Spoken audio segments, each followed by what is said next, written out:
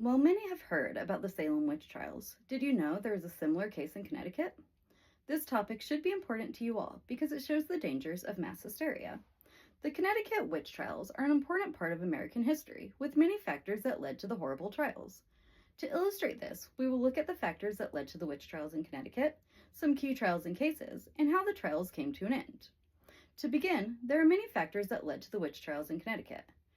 Chris Pelugo wrote on the Wethersfield Historical Society site in 2007 that it was thought that those who were accused of witchcraft had signed a pact with the devil, and by doing so had chosen the devil over God. They believed that this is how those accused of witchcraft were able to get their supernatural powers. If a person showed pride, greed, lying, or discontent, they would risk being accused of a witch. Fear was a normal part of life in Connecticut during this time period, which helped to create an environment in which witchcraft accusations came easily. Due to religious beliefs, people hated witches. They also feared them.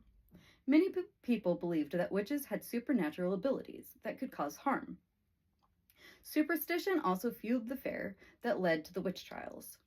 During this time period, many believed that if you were to believe in God, you also had to believe in evil spirits and witchcraft. People believed that witches brought harm to the lands, so when hardship was experienced, they would often believe it was due to witchcraft. There were also legal and political influences that contributed to the beginning of the Connecticut witch trials. At this time, witchcraft was a capital offense, and it was punishable by death. Many of the laws were based around scripture from the Old Testament of the Bible. Sophia Migo wrote on the Scholars Collaborative site on May 10, 2019, that political unrest was caused by the inability to fix the disruptions to the agricultural production. Due to communities not being able to find a reason for this, they started to blame other groups. This led to the start of the witch trials. Next, a few notable cases and key trials. The first person executed for witchcraft in the American colonies was Alice Young, who's pictured here. Alice Young was married to John Young and had one daughter named Alice as well. She lived in Windsor, Connecticut, where in 1647 the town was devastated by an influenza epidemic. It is believed that Alice being accused of witchcraft stemmed from this epidemic. According to Beth M. Caruso in her book One of Windsor, published in 2016. The death rate in Windsor, Connecticut, more than quadrupled in 1647, which is likely why townspeople were looking for someone to blame. Alice Young was hanged in Hartford, Connecticut on May 26, 1647. John and Joan Carrington were a married couple who had 2 children. In 1651, just a year after the birth of their daughter, they were both charged with witchcraft. It is not known why they were accused, but their indictment says that they did not have a fear of God and had a familiarity with Satan. They were charged with the crime of witchcraft on March 6, 1961, and were both hanged at Hartford on the same day. After reading a book about fortune-telling by the British astrologer William Lilly, Catherine Harrison started trying to tell the fortunes of other servants. One of her predictions about who one of the other servants would marry came true. This, along with some other accusations, is what led to her trial. Catherine had 3 children with her husband, John.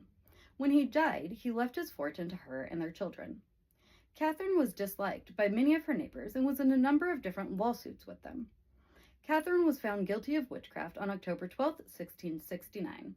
However, the judge did not want to execute her immediately and instead asked that rules be made that would make it more difficult to convict someone of witchcraft.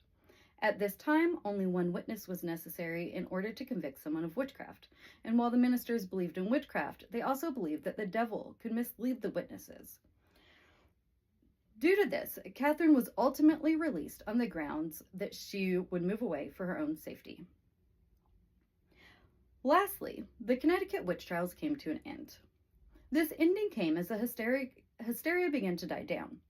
This was due largely to Governor John Winthrop Jr.'s influence, who questioned the validity of the trials. He also started to implement stricter standards for the trials and made it so there had to be multiple witnesses who would confirm the witchcraft. These stricter standards dramatically lowered the number of accusations.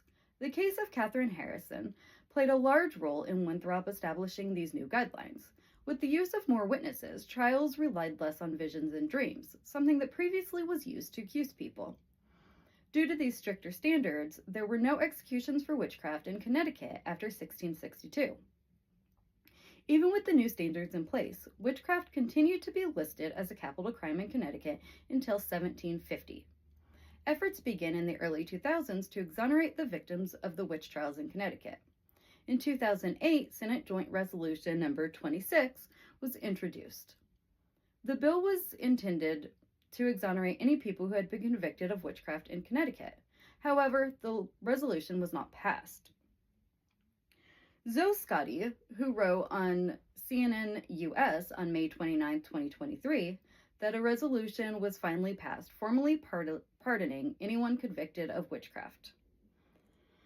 Again, the Connecticut witch trials are an important part of American history, with many factors that led to the horrible trials. To illustrate this, we looked at the factors that led to the witch trials in Connecticut, some key trials and cases, and how the trials came to an end. The Connecticut witch trials predated the Salem witch trials by over 4 decades, setting a precedent for what would later happen in Salem. Thank you.